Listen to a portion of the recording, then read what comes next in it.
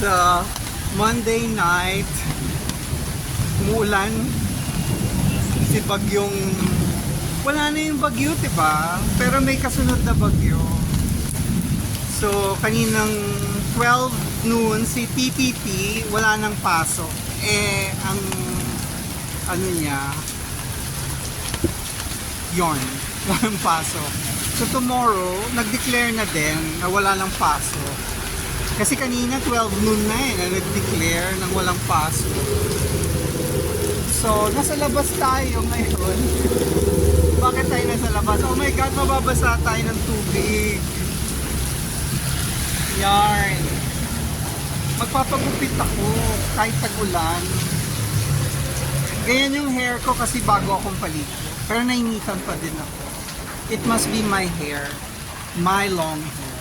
So pupunta ako about 1-2 blocks away sa Dominga Street. Doon ako magpapagupit para mabawasan na itong buhok natin. So ano kayang haircut ang gagawin natin? I think papagupit pulis ko, military cut para presko. Oops, traffic. This street will lead me to Dominga. So, this is Inkimboy. Hindi pa naman ganun kalakas ang ulan para umabot yung baha sa tapat ng building na tinitira namin. Pero yung likod na part na building namin, baha na yun. Pero yung kasi konting ulan lang bumabaha.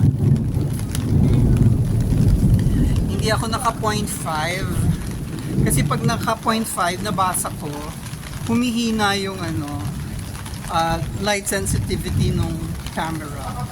So naka regular lang ako. Pero sa A22 na to, back camera, halos mukha ko lang yung makikita niyo. Ang ganda ng ilaw ng Ashton. Magkano kaya ang association views nila? Dahil bawat bintana may ilaw, kahit ba sabihin mong LED lights yan. So kakaliwa tayo ngayon sa... Ano makakalimutan ko yung kali? Sa Sandehas. Sana naman walang nakapila sa pagupitan. Dahil ayoko naman din mag-aantay. Inisip ko total tag-ulan. Ayaw ng mga taong lumabas. So ayan. Kakana naman tayo dyan sa Baliti Street.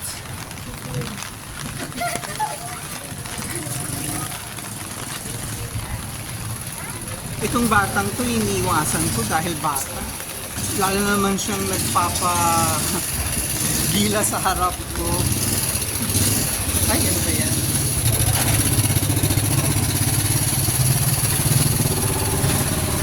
Ayan na, nakikita ko na ang barberia. Hindi ko alam yung pangalan ng barberia.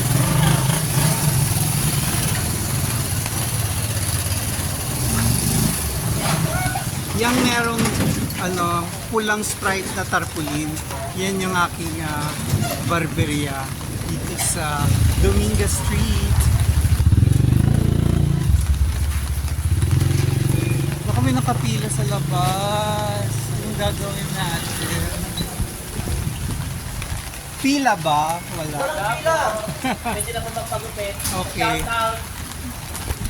Thank you po. Andiyan natin paborito manggugupit. Saan po?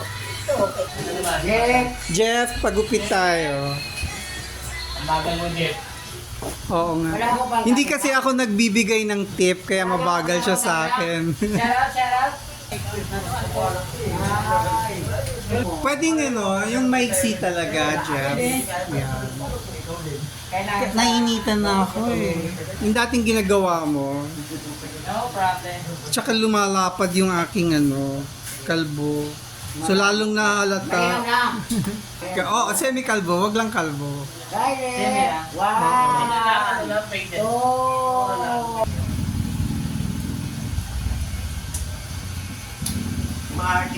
Geng, geng. Hindi ka nakikita. Nakikita sa kanya. Shout out sa mga gwapong barbero.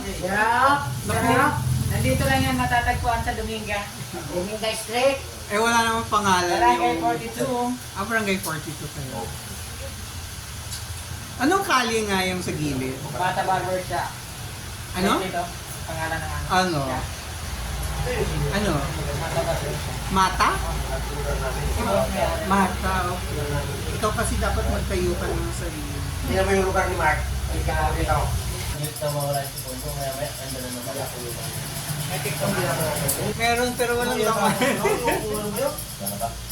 Hindi ka nagtitiktok? Naglalagay para may TikTok lang, pero walang laman. Pareho ng pangalan nito. Welcome to Rabu Agi. Ikaw nagti-TikTok ka? Order. Ako rin. Nag-order din ako sa TikTok.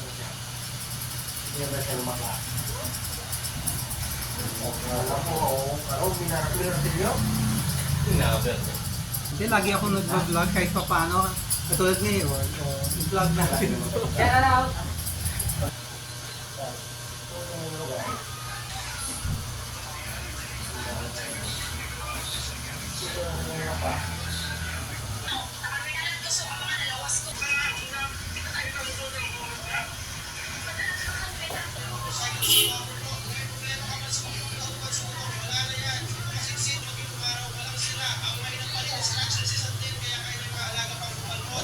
Ito mo lang po pumalot kasi hindi ko makontak yung pumalot.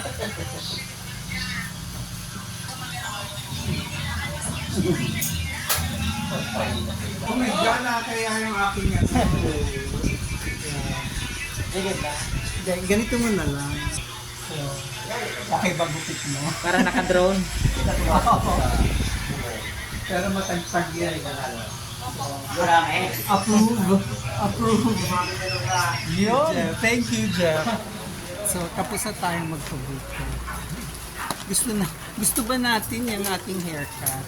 I feel so, presko. Grabe. Yun. So, ngayon, uwi na tayo. Pero bago ako uuwi, bibili muna tayo ng Monay. Nagpapabili si TTT ng Monay. Dito tayo bibili ng Monay sa, ang tawag ko dyan, Sandejas Bakery. Pero may tawag pa sila dyang iba. Yun. Yan. May Monay pa. Magkano nga yung Monay? Ito po? Ito. Ito. 50 po. Order ako. 7 pesos. At, dyan na lang. Bumili ako ng Monay. Ayan. Okay pala may salamin sa harap. Nakikita ko kung ano yung pinupunan ko. Ayan. Uwi na tayo. Oh? Hindi pwedeng mabasa itong phone kasi basag na.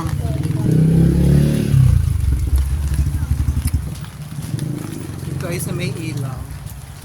Anyway, tapos na ang vlog natin. Bye-bye!